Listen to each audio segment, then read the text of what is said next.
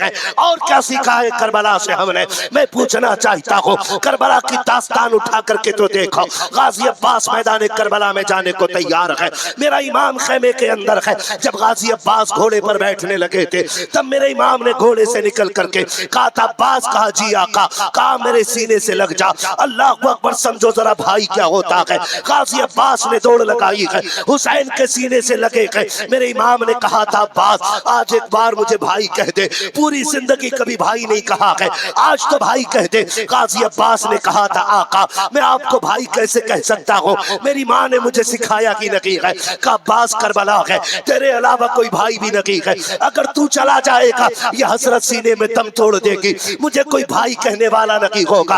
अब्बास एक बार भाई क्यों नहीं कह देता है। काका मैं कैसे कहूँ, जब मैंने होश संभाला मेरी माँ ने मुझे तख्ती दी थी और लिख करके दिया था, बेटे दुनिया का सबक कुछ भी हो लेकिन तेरा सबक एक रहना चाहिए, तू नौकर है हुसैन तेरा आका लगता है, तू खादिम है हुसैन तेरा मालिक है। कहा था, अब्बास बेटे कभी हुसैन को भाई ना कहना।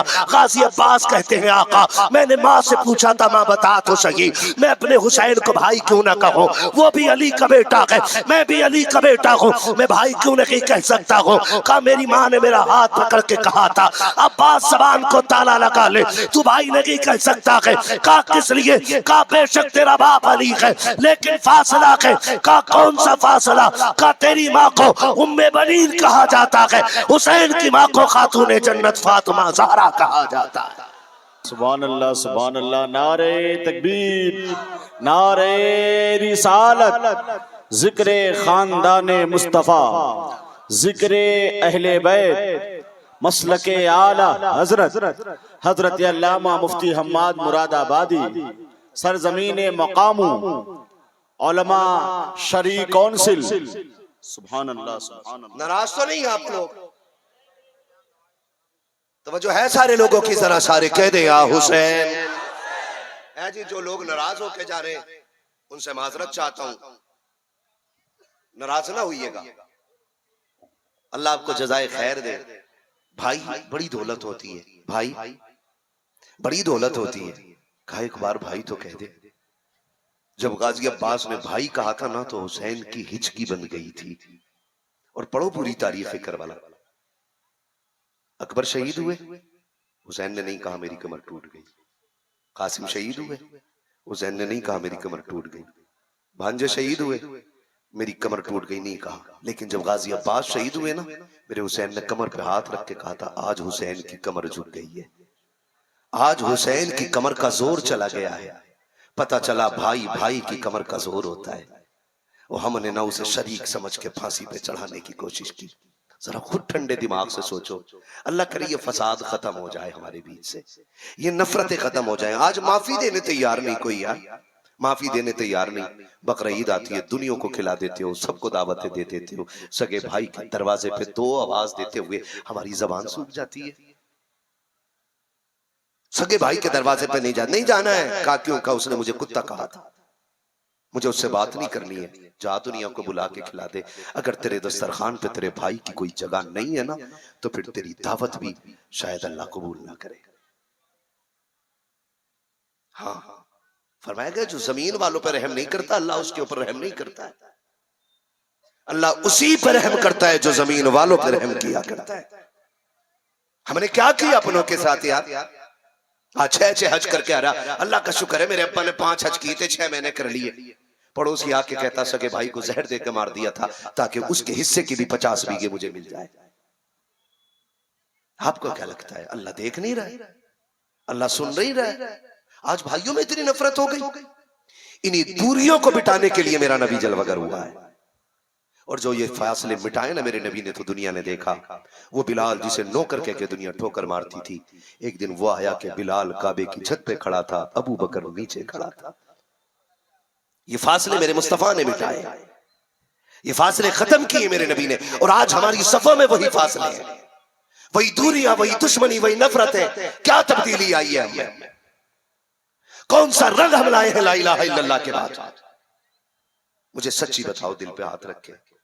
आज जो भाई भाई पे मुकदमा कर रहा है, ये अलग अलग घर में पले? बोले सर ना हिलाएं, जुबान खोलें। अलग अलग घर में पले बड़े, एक जगह पले बड़े ना, अलग अलग माँ बाप है नहीं ना। अगर आप भाई पे गुस्सा हो ना किसी चीज को लेकर के, तो मेरी बात आज याद रखना। एक दिन वो था कि हम छोटे थे, हमारा बाप बाजार से आता था ना, और एक भाई घर नहीं होता था, कहीं खेलता होता था, एक घर होता था। तो अब्बा कोई चीज बाजार से लाके घर में बैठता है, जैसे कि बैठती है ना, तो बैठती है ना, तो आप हमने हाथ कर दिया। अब्बा ने कहा लो भाई ये तेरे हिस्से का आम है। हमने यूं किया, फिर दूसरा हाथ आगे कर दिया। अब्बा ने कहा अभी तो दिया तुझे। कहा अब्बा ये तो मेरे हिस्से का था, मेरे भाई के हिस्से का दो ना, अभी बाहर गया है।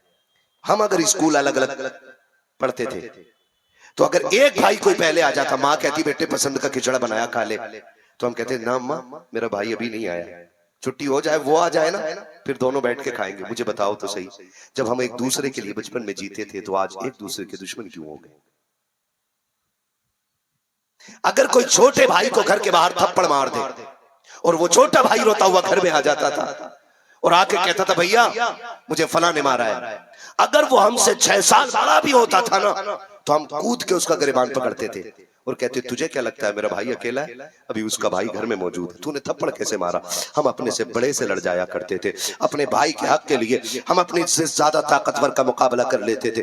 अपने भाई के लिए मुझे बताओ तो सही, जो कल एक दूसरे के लिए जान देते थे, आज एक दूसरे की जान लेने पे क्यों तुल गए हैं? जो कल तक एक दूसरे को अपने आगे का उठा के दे देते थे, आज एक दूसरे के छीनने पे आमादा क्यों हो गए हो? मैंने बहुत गौर किया है, तो मैं तो इस नतीजे पे पहुंचा हूं कि जब बचपन था तब दौलत की समझ नहीं आती थी, सिर्फ रिश्ते समझ में आया करते थे। ये भाई लगता है, ये चचा लगता है, ये बाप लगता है, ये माँ लगती है। जब से हमने होश संभाला है, हमें दौलत समझ में आने लगी है, तब से रिश्ते समझ में नहीं आते हैं। जब से नोट समझ में आए हैं, तब से रिश्ते समझ में नहीं आते हैं। खुदा का वास्ता दे के कहता हूँ, ओ लोगों दौलत भी कमाओ, हक है तुम्हारा, लेकिन याद रखो दौलत जेब में रखा करो, रिश्ते दिल में रखा करो। जब तक दौलत दिल में और रिश्ते जेब में होते हैं तो नफरतें बढ़ती है, और जब दौलत जेब में रिश्ते दिल में होते हैं तो मोहब्बतें बढ़ती है।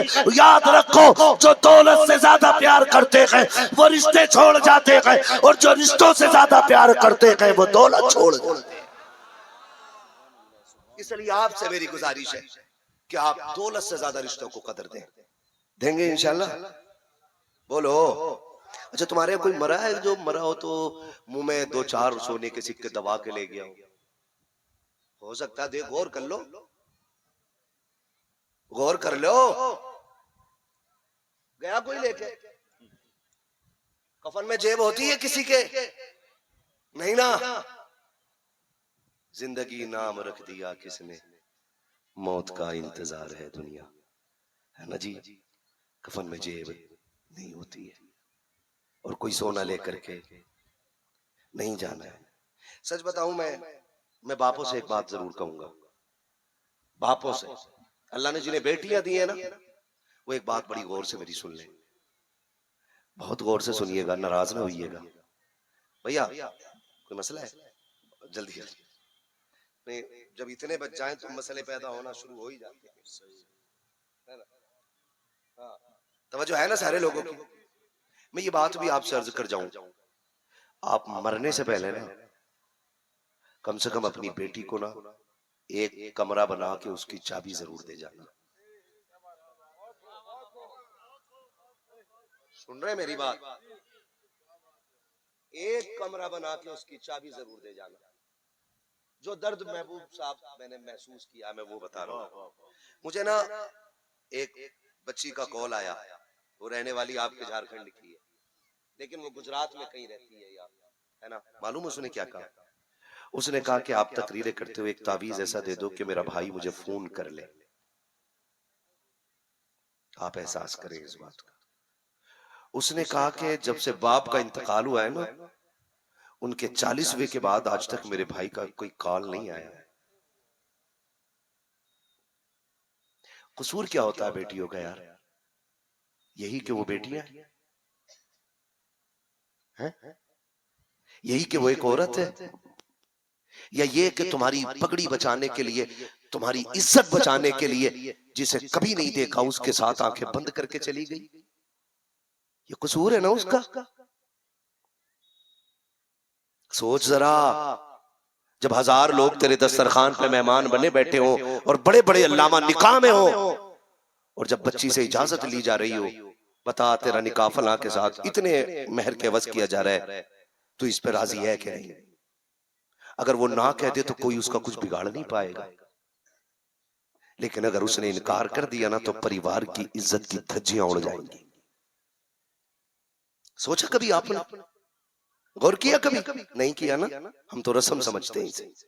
रस्म, बेटी का बेटी होना कोई पाप नहीं है, कोई उसकी मजबूरी नहीं है। वो तो रो के भी कंधे पे सर रख के ये कह के जाती है, सुन, जिस तरह तेरे एक कहने पे मैं घर छोड़ के जा रही हूं ना, तू मेरे एक कहने पे कम से कम मेरी खैरियत पूछने के लिए आ जाना। वो रो के ये कहती हुई जाती है। हमने क्या हिसाब लगाया? सहेलियां छूट रही हैं इसलिए रो रही है, घर छूट रहा है इसलिए रो रही है। नहीं, वो इसलिए नहीं रो रही। वो ये कहना चाह रही है, सुन, आज तूने कहा ना, सुन बारात आई हुई है, बेटी हाँ कह दे, घर छोड़ के जाना पड़ेगा, मैंने तेरी इज्जत के लिए हाँ कह दिया है। अगर मैं ना कह देती तुम्हारी पगड़ियां खाक में मिला देती, लेकिन मैं तुम्हारी इज्जत की खातिर, तुमने लूला लड़का देखा कबूल करके जा रही हो, अंधा देखा कबूल करके जा रही हो, कबार देखा है कबूल करके जा रही हो, जागिर देखा है कबूल करके जा रही हो, आवारा देखा है कबूल करके जा रही हो। मैंने कोई सवाल तक नहीं किया है ताकि तुम्हारी इज्जत बाकी रह जाए। कल याद रखना, अगर मेरा बेटा हॉस्पिटल में हो, उसे ब्लड की जरूरत पड़ जाए या खुराक की दवा की जरूरत पड़ जाए, और मैं तुझे कभी 150 के लिए फोन करूं, तो तू फोन बंद कर करके मुझसे मुंह ना फेर लेना। अगर तेरे दरवाजे पे आके खड़ी हो जाऊं तो दरवाजा बंद ना कर लेना। ये कह के वो रोती रोती चली गई। हमने क्या सिला दिया है, जैसी वो बेटी गई है हम तो अजनबी हो जाया करते हैं, हम तो उससे मुंह फेर लिया करते हैं। क्या कहा करते हैं, हमने शादी कर तो दी, और क्या करते? खुदा का वास्ता देता हूं, कोई एहसान नहीं किया कि तूने शादी करके कोई तूने उसके कर्जे नहीं उतार दिए हैं। मैं तो गारंटी के साथ कहता हूं, वो जो बगैर कहे तेरे कपड़े धोती रखी, तूने एक जोड़ी कपड़े का हक अदा नहीं किया है। वो जो तेरे बगैर कहे कमरे में झाड़ू लगाती रखी, तूने उसका भी हक अदा नहीं किया है। वो जो तुझे हर वक्त में गरम रोटी खिलाती रखी, तूने उसका भी हक अदा नहीं किया है। तो तू किस मुंह से कह देता है हमने शादी करके सब कुछ कर दिया है? मैं इसलिए कहता हूं, अपनी बेटियों को एक कमरा दे करके जाना, कहीं ऐसा ना हो तेरे जाने के बाद तेरे बेटे उसे अजनबी बना दे, उसके लिए गैर बन जाए और वो अपने घर आने के लिए तरस जाए। उसको एक चाबी दे के मर के परेशानी होने की जरूरत नहीं है। जब भी तुझे याद आया करे किसी की मोहताज नहीं है, वो रखा मकान, ये रखी चाबी, जब आए ताला खोल के बैठ जाना। उसकी दीवार के साए में तुझे बाप के दामन की ठंडी हवाएं महसूस होने लग जाए। इसलिए मैं कहता हूं, अल्लाह तौफीक देना तो कम से कम अपनी बेटी को एक कमरा जरूर दे के जाइए। देंगे इंशाअल्लाह। मैं कमरे की बात कर रहा हूं, पूरा पूरा हक खाए बैठा है अब्बा। भैये सुनो, हुकूकुल इबाद में सबसे सख्त मामला जो है वो लेन देन का है। किस चीज का है? लेन देन का। उलमा से पूछो, बहन बेटी का हक अल्लाह ने दिया है घर में भी। क्या जहेज दे तो दिया? जहेज दे तो दिया। कितने का दिया? बोलो बोल दो यार, तुम्हारे नहीं चलता जहेज है? मतलब पैसे भी नहीं देते हो? 2.5 लाख चलता है ना? तो फिर इसका मतलब तो आप फिर लड़कियों का हक जमीन में पूरा दे रहे होगे। जान ही छुटा रहे थे जहेज देने से भी। इतनी बदबख्ती, मतलब जायदाद भी खा के बैठ जाओ और जहेज के नाम पे जो 4 बर्तन दे रहे थे वो भी खत्म। सुनो, बाप की जायदाद में जो बेटी का हक है ना, जब तक देगा नहीं ना, बरी नहीं होना। ये याद रखना। बेटों का डबल, उसका आधा बेटी का है। देते हम लोग? बोलो नहीं देते। लट चलेगा, चाहे मौलवी हो, किसान हो, जाहिल हो, इंजीनियर हो, डॉक्टर हो, पीर हो, कुछ भी हो, अगर हक नहीं देगा तो वो लट चलेगा कि कोई बचाने वाला नसीब नहीं होगा। ये लिख लेना मेरी बात। हाँ, खैरियत नहीं है।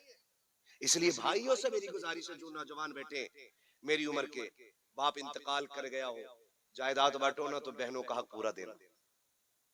क्या करना है? पूरा देना। अब्बा बड़ा बेगैरत है, आखिरी सांसें चल रही है ना रियाज भाई, आखिरी सांसें चल रही है, तो बेटों से कह रहा कागज ले आओ, अंगूठा मार दो, कहीं दामाद आके कब्जा न जता ले, मरते मरते भी हराम करके जा रहे आइए। और बेटा कह रहा रात मैंने अब्बा जन्नत में देखे। तेरी वही वाली जन्नत तो ना घोड़े की कूड़ वाली है। कह रहे अब्बा जन्नत में देखे। क्यों दिख गए पता है इसे अब्बा जन्नत में? सारी जायदाद जो हड़प करे बैठा है, वरना लोग ये ना कहें अब्बा को बख्शवा ना सका, नहीं रही झूठ। अब्बा भी फ्री में जन्नत में। मुझे सच्ची बताओ यार, जो बेटी का हक खा के मर गया हो उसे जन्नत कैसे मिल सकती है आसानी से? क्या अल्लाह का कानून झूठा है? क्या उसका निजाम कच्चा है? क्या उसके कलिमात में तब्दीली हो सकती है? कुरान कहता ला तब्दीला ली कलिमातिल्लाह। याद रखो अल्लाह का निजाम मुस्तहकम है, अटल है। उसका निजाम है सूरज पूरब से निकलेगा तो निकलेगा, पश्चिम में छुपेगा तो छुप रहा है। आज तक कोई माई कलाल ऐसा पैदा ना हो सका जो सूरज को पश्चिम से निकाल के पूरब में छुपा के दिखा दे। सुन रहे मेरी बात? हल्के में मत लेना इन बातों को। और अब्बा और रहम कर, अपने ऊपर रहम खा। तेरी जायदाद पे बेटे मौज करेंगे, तुझ पे लठिया फिर रही होगी अंदर कब्र में। ऊपर ये 40 डेगे बता के ना, तेरी 40 करोड़ की जायदाद की 40 डेगे बना के कहेगा बताओ हमारे अब्बा बहुत अच्छे थे, क्या कि कुत्तों को पानी पिलाते थे। ओहो, कुत्तों को पानी पिलाते थे। बहन का जो हक खा के मरा है वो कुत्तों को पानी पिला के जन्नत में जाएगा। जो बेटियों की जायदाद खा के हज करके आया है वो जन्नत में जाएगा। सुनो, खुदा का वास्ता है, हक देने के आदी हो जाओ। किसी का हक मार के बंदा अमीर नहीं होता, खुदा की रहमत से बंदा अमीर हुआ करता है। कैसे अमीर होता है? खुदा की रहमत से बंदा अमीर होता है, खुदा की रहमत से बंदा अमीर होता है।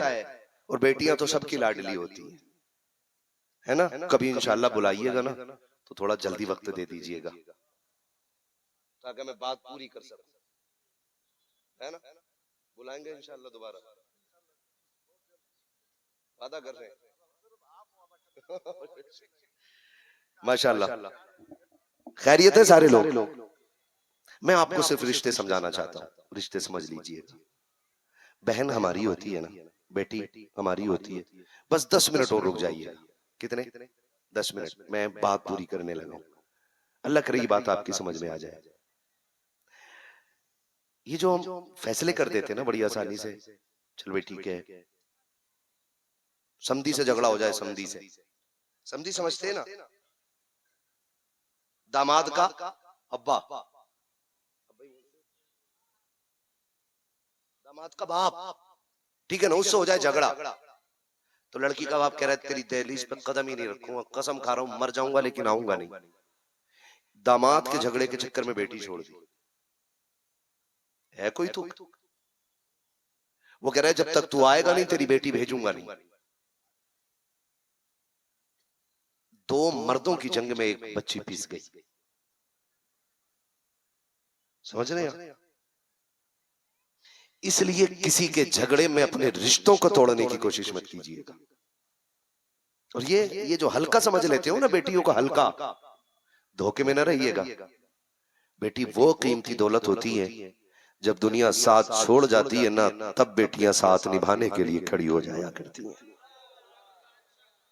आप देख लीजिएगा, जब माँ बाप को बेटे धक्के देके घर से निकालते तब बेटियां मैदान में आके कहती हैं अब्बा दुख न कर, बेटे मर गए, खुदा ने भी बेटियां सलामत रखी हैं, मैं तेरा सहारा बनूंगी, मैं तेरे काम आऊंगी। बेटियां बाप की लाठी बन जाया करती हैं। और इन्हीं को हमने माजूल कर दिया, इन्हीं को हमने अपनी जायदाद से बेदखल कर दिया, इन्हीं को हमने पराया कर दिया। अल्लाह करे ये बात समझ जाए आप। कभी कभी ऐसा होता है जो काम बेटे नहीं करते ना, वो बेटियां कर जाया करती है। और बेटी का रिश्ता तो मेरे हुजूर से सीखो यार, हुजूर से सीखो। मेरे नबी के दिल का टुकड़ा है खातून जन्नत फातिमा ज़हरा, नबी के दिल का टुकड़ा, जिसे मेरा नबी सीने से लगा के कहता था लोगों मेरे फातिमा मेरे जिगर का टुकड़ा है। आज उम्मत उसी फातिमा के सदके में अपनी 7 बेटियों को सीने से लगा के कहती है आका आपकी फातिमा आपके सीने का टुकड़ा, मेरी सारी बेटियां भी आपके बेटे के सदके में हमारे सीने का टुकड़ा बन गई है। ये तब्दीलियां किसकी वजह से आई? एक बेटी की वजह से, खातून जन्नत सैयदा कायनात की वजह से। कैसे पत्थर दिल बाप होते हैं जो बेटियों को छोड़ के भूल जाते हैं। मैं तो कुर्बान जाऊं उस रहमत वाले नबी पर जिसने बेटी रुखसत की अली के साथ, बोलो सुभान अल्लाह। और रुखसत करते वक्त भी ये कहा था फातिमा मैंने तेरा निकाह अली से किया है, और सुन मेरा अली गरीब है लेकिन नेक बहुत है। फातिमा अली वो है जिससे नबी भी राजी है और नबी का खुदा भी राजी है। फरमाया फातिमा एक काम और करना बेटी। जी अब्बा, काली से कभी कुछ ऐसा मत मांग लेना जो मेरा अली ना दे सके, ख्याल रखना मेरी बेटी। खातून जन्नत ने वादा किया, रुखसती हो गई, आ गई। अभी 3 दिन गुजरे थे कि हुजूर चल के खुद आ गए, खुद चल के सरकार आ गई। कुछ दिन गुजरे, हुजूर को याद आ गई बेटी की, आ गए। जैसी हुजूर आए, दरवाजे पे दस्तक दी, नबी अपनी बेटी के दरवाजे पे आके इजाजत ले रहा है। और यहाँ तो पड़ोसी के घर में डायरेक्ट घुस के कह रहा है कहां गए, घर में घुस के, बगैर इजाजत किसी के घर में घुसने की इजाजत नहीं। घुसना तो बड़ी बात है, आपको झांक के देखने की भी इजाजत नहीं है। इस्लाम इतनी गैरत वाला मजहब है। मेरा नबी आया बेटी के दरवाजे पर, कौन? बेटी तुम्हारा बाप आया है। सैयदा कायनात उठ के खड़ी हो गई, हुजूर आए ना, सरकार तशरीफ लाए। बेटी ने बाप का इस्तकबाल किया। अजीब बात है ना, हुजूर आते हैं तो बेटी खड़े होकर इस्तकबाल करती है, और जब बेटी आती है तो मुस्तफा खड़े होकर इस्तकबाल किया करते हैं। कितना अजीब इत्तेफाक है ना। आपको क्या लगता है हुजूर खड़े होते हैं तो क्या सिर्फ एक रिश्ता खड़ा होता है? जब हुजूर फातिमा के लिए खड़े होते हैं तो समझो पूरी नबुव्वत हुजूर नबुव्वत फातिमा ज़हरा के लिए खड़ी हो गई है। आप अंदाजा लगाइए। आए, हुजूर ने फरमाया फातिमा, जी बाबा अली किधर है? हुजूर क्यों? कहा तुम्हें लेने आया था, तुम्हें लेने आया था। सरकार अब जी अभी बाहर चले गए। ठीक है मैं इंतजार कर लेता हूँ। बैठ गए। बेटियों को भी जाके ही बता दो मियाँ घर नहीं, बीवी को डर नहीं। एक फोन अगर मैके से आ जाए ना तो फिर तो तुम 7 तालों में बंद कर दियो। 7 तालों में शेर बंद कर सकते हो, औरत बंद नहीं कर सकते हो। 7 ताले तोड़ के अब्बा के घर चली जाएगी। तू जी या मर, मैं चली। खुदा का वास्ता है, औरतों को ना ये दीन नहीं दिया मेरे नबी ने, ये दीन दिया है। बैठ गए हुजूर का जब तक अली आते इंतजार कर लेते। थोड़ी देर गुजरी के अली आ गया। और मेरे नबी जब किसी गली से गुजरते ना तो खुशबू से महक जाती थी वो गली। सारे बोल गए यार सुभान अल्लाह। मैं जानता हूं मुझे जबरदस्ती बुलवाया जा रहा है, आप भी सलाम पढ़ना चाह रहे हैं, है ना? आला हज़रत फरमाते हैं उनकी महक ने दिल के गुंचे खिला दिए, जिस राह चल दिए हैं कूचे बसा दिए, है ना जी? मिंबर वाले बोल रहे हैं तो कमाल नहीं, आप बोल रहे हैं तो मुझे लगेगा कि आप समझ भी पा रहे हैं, है ना भैया? ठीक है ना? अल्लाह आपको सलामत रखे। हुजूर ने कहा चलो बैठ जाते हैं। थोड़ी देर गुजरी, अली आ गए। हज़रत अली ने एक लंबी सी सांस ली,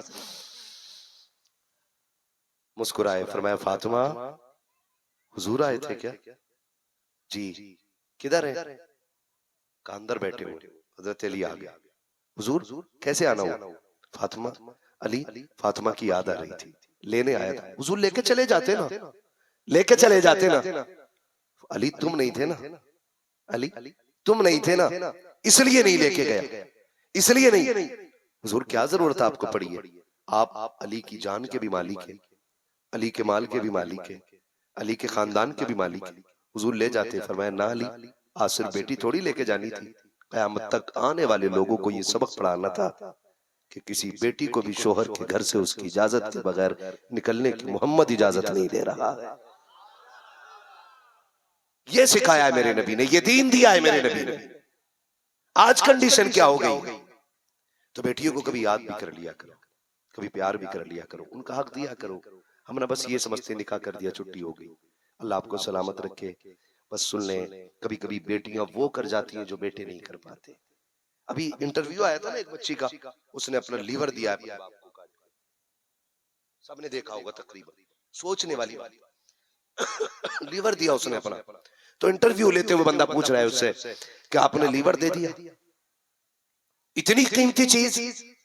उसने मुस्कुरा के कहा, लेने वाला मेरा बाप था, उसने सिर्फ लीवर का एक टुकड़ा मांगा, अगर वो मेरा दिल मांग लेता तो मैं वो भी दे देती। अगर वो मेरा दिल मांग लेता तो वो भी दे देती।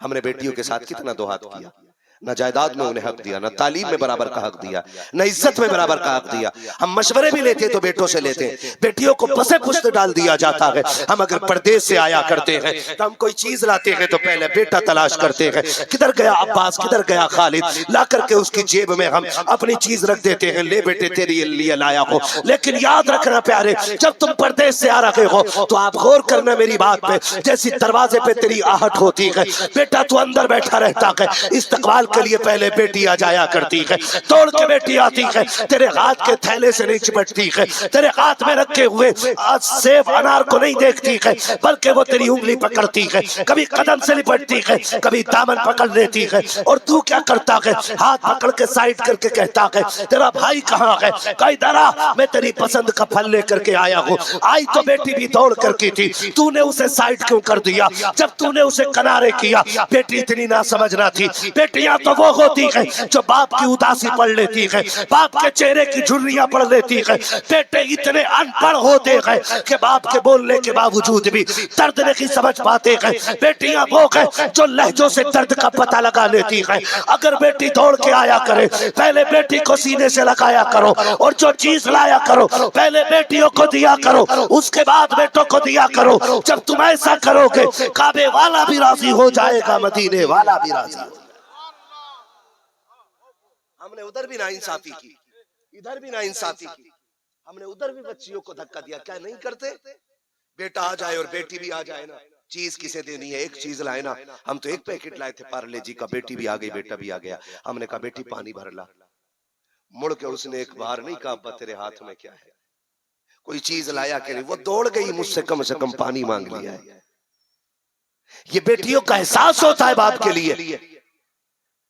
जब बेटियों से बाप रूठ जाते हैं ना, सिर्फ बाप नहीं रूठता, खुशियां रूठ जाती हैं, जिंदगी बेमजा हो जाती है। दुनिया ईद करने के लिए चांद छत पे चढ़ के देखती है, बेटियां ईद का चांद देखने के लिए अपने चौखट अपने दरवाजे पे आके खड़ी होती हैं।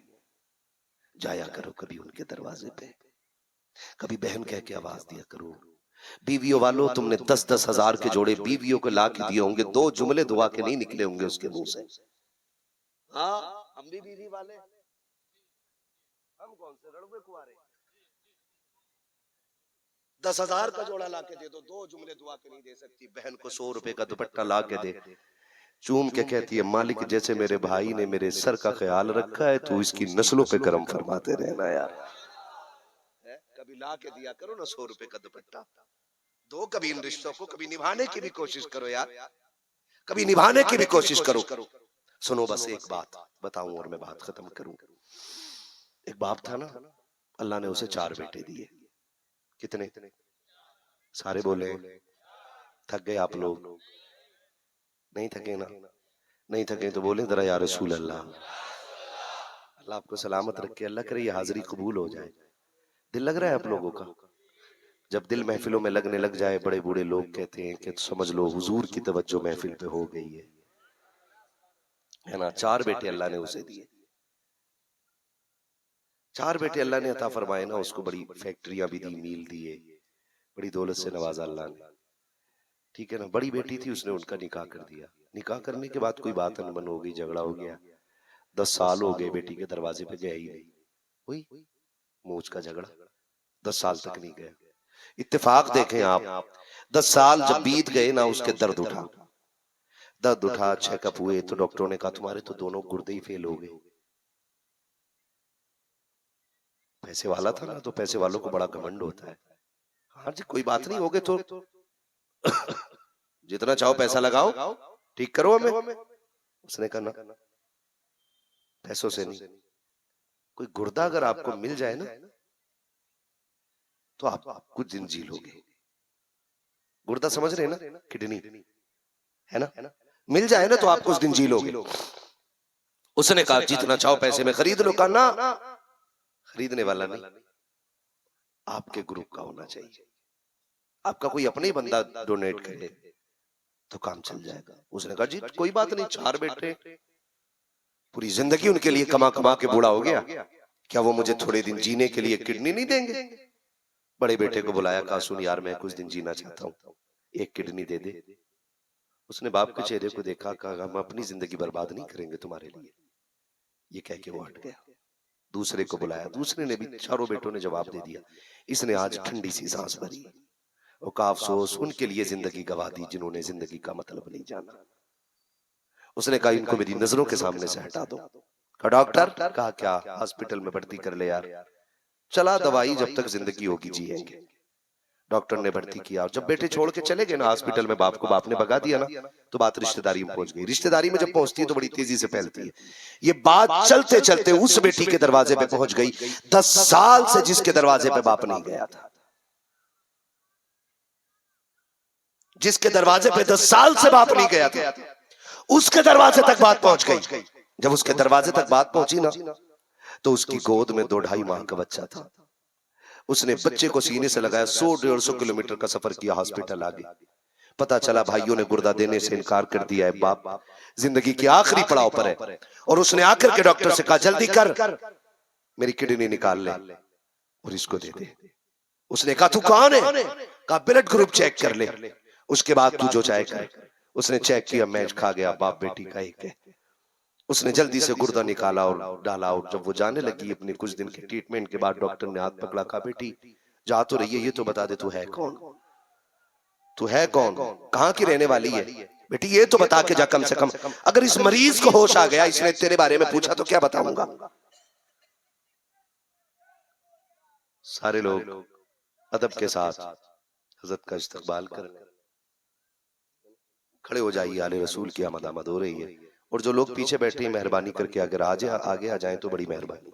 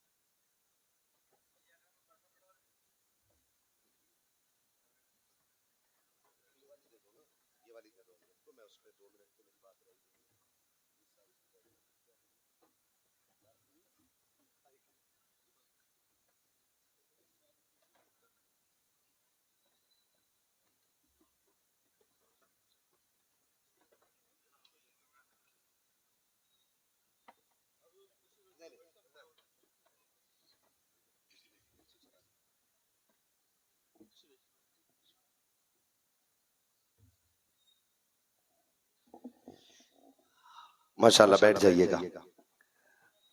देखिए महफिल का रंग दोबाला हो गया है। मिंबर रसूल पर आले नबी औलाद अली, चमन इजारा के महकते हुए फूल हुजूर सैयद अब्दुल वदूद साहिब क़िबला दामद अली की आमद हो चुकी है। हजरत के दुआया कलिमात से भी हम सबको मुस्तफीज होना है। चेहरा बता रहा है कि आले रसूल है, खुशबू ये कह रही है कि जन्नत के फूल है। और हम चूंकि फिर वही बात बरेली वाले लोग हैं, और बरेली वालों से तो मसला ये है, सीधी सी बात, तैवान सही अफजल मक्का ही बड़ा जाहिद। हम इश्क के बंदे हैं, क्यों बात बढ़ाई है। आला हज़रत फरमाते हैं तेरी नस्ल पाक में है, पढ़ो जोर से यार, तेरी नस्ल पाक में है। जो लोग चेयरमैन है वो कुर्सी पे ही बैठे हुए है ना, जमींदार लोग जमीन पे बैठे। हजरत अली फरमाते हैं बैठने के लिए सबसे अच्छी जगह जमीन होती है, क्योंकि जमीन पे बैठने वाला कभी गिरा नहीं करता है। सबसे कमजोर जगह कुर्सी होती है, ये मेरा कौल है। सबसे कमजोर कुर्सी होती है। वोट अगर चोरी न किए जाए तब भी कुर्सी गिर जाती है ना। वोट छीने न जाए तब भी कुर्सी गिर जाती है। बहरहाल कुर्सी बड़ी कमजोर होती है, इसके चक्कर में ना पड़ा करें। जब भी बैठा करें जमीन पर बैठा करें। हम लोग आला हज़रत वाले लोग हैं। पर बोले मेरे साथ, तेरी नस्ले पाक में है। सारे बोलो ना, नींद भाग जानी चाहिए। तेरी नस्ले पाक में है, तू है ने नूर तेरा, सब घराना नूर का। बात बढ़ गई है, कहां से कहां पहुंच गई है। बस इतना समझ लो, हज़रत तशरीफ ले आए हैं, हज़रत ही का इंतजार था। इतना समझ लीजिए कि हम बेटियों को भी हक बराबर दें। जो शरीयत ने उनका मुकर्रर किया है वो देना चाहिए। सच तो ये है ना, जो आज जहेज का हिंदुस्तान भर में झगड़ा है ना, जो हमारे उलमा, हमारे सूफिया, हमारी तंजीमें, हमारे मशाइख जिस बात पे कोशिश कर रहे हैं कि ये डिमांड खत्म हो जानी चाहिए। सच ये है कि अगर लोग बेटियों को सिर्फ उनका जायदाद का हक देना शुरू कर देना तो फिर डिमांड का झगड़ा ही खत्म हो जाएगा। बस इतना ही तो फासला है ना। आज हिस्सा बेच के पैसा देते हैं, ये खत्म करके हिस्सा जहेज में देना शुरू कर दिया जाए तो झगड़ा ही खत्म हो जाएगा। करेंगे ना इंशाल्लाह। हक खा के न मरिएगा, हक दे के मरिएगा। वरना अगर किसी ने किसी का एक पैसा भी खा के मर गया है ना, तो वो पुल से रात पे आएगा जहां बाल से ज्यादा बारीक, तलवार से ज्यादा तेज अंधेरे में होगी बिछी हुई, है ना। वो जब उस पे चल रहे होंगे ना डगमगा के, वहीं गिरबान पकड़े गए, अब पता चलेगा एक पैसे की कीमत क्या। जो लाखों खा चुका हो वो अपना हिसाब लगा ले भाई। हमारे पास ऐसी कोई नाव नहीं है जो तुम्हें पुल से रात में बिठा के ले जाए। आला हजरत जैसा इमाम जिसने हजारों से ज्यादा किताबें लिखी, जो सुन्नतों का इतना पाबंद हो कि सोता भी हो तो मोहम्मद बन के सोता हो, जिसकी एक एक अदा मुस्तफा जाने रहमत के तरीके से ताबीर हो, वो पता क्या कहता है? वो कहता है मेरे अमाल का बदला तो जहन्नम ही था, मैं तो जाता मुझे सरकार ने जाने न दिया। वही कह रहा है मुजरिम को न शर्म आओ अहबाब कफन ढक दो, मुंह देख के क्या होगा पर्दे में भलाई है। वही कह रहा है एक मैं क्या मेरे इसी की हकीकत कितनी, मुझसे 100 लाख को भारी है काफी है इशारा तेरा। वही कह रहा राह पुरखार है क्या होना है, हाँ पांव अफगार है क्या होना है, पार जाना है नहीं मिलती ना हो, जोर पर धार है क्या होना है। वही कह रहा है। तो हम मसला के आला हजरत वालों को खुदा तरसी सब चीज से ज्यादा रखनी चाहिए, अल्लाह का डर सबसे ज्यादा होना चाहिए। बोलो वादा करो इंशाल्लाह किसी का हक खा के नहीं मरेंगे, इंशाल्लाह हक दे के मरेंगे, इंशाल्लाह कोशिश करेंगे हम पे किसी का हक नहीं होना चाहिए। हम लोगों का हक अदा करके मरेंगे। अपनी बेटियों को बेटों के साथ पढ़ाइएगा, उन्हें वही इज्जत दो जो आप बेटों को इज्जत देते हो। बल्कि मेरे नबी ने तो बेटों से ज्यादा बेटियों को इज्जत देने का हुक्म दिया है। फरमाया जब भी घर में आओ कोई चीज लाया करो तो बेटों से पहले बेटियों को वो चीज दिया करो। ये इज्जत मेरे नबी ने बेटी को दी है। और आज सबसे ज्यादा मजलूम बेटी है। अल्लाह करीम हमें मुस्तफा जान रहमत के फरामीन पे अमल करने की तौफीक अता फरमाए। आमीन तो कह दो अल्लाह के बंदो। हाँ जी, सिलसिले नक्शबंद का आज शहजादा जलवागर हो चुका है। एक अजीम सिलसिले का अजीम शहजादा तशरीफ फरमा है। कोशिश कीजिएगा हजरत की दुआएं भी लेके जाइएगा और हजरत की दस्तबोसी भी करके जाइएगा। हमने अली को तो नहीं देखा, वो बदन देख रहे हैं जिसमें अली का लहू दौड़ रहा है। ये हमारी खुशनसीबी है। अल्लाह ताला हमारे सरों पे सैयदों के साए को तादेर कायम व दायम फरमाए और हम सबको हुजूर के बताए हुए तरीकों पे अमल की तौफीक अता फरमाए। बस जो हुए गलत उनको माफ फरमाए रब्बे कायनात। जिंदगी ने दिया साथ, फिर होगी मुलाकात। चमन रहा फूल खिलेंगे, जिंदगी रही फिर मिलेंगे। मुसाफिर हम भी मुसाफिर तुम भी, किसी मोड़ पर फिर मुलाकात होगी। सारे लोग कलमा शरीफ पढ़ लीजिए, ला इलाहा इल्लल्लाहु मुहम्मदुर रसूलुल्लाह अस्तगफिरुल्लाह रब्बी मिन कुल्ली ज़ंबिन व अतूबु इलैहि व मा अलैना इल्लल बलाग। अस्सलामु अलैकुम व रहमतुल्लाहि व बरकातहू।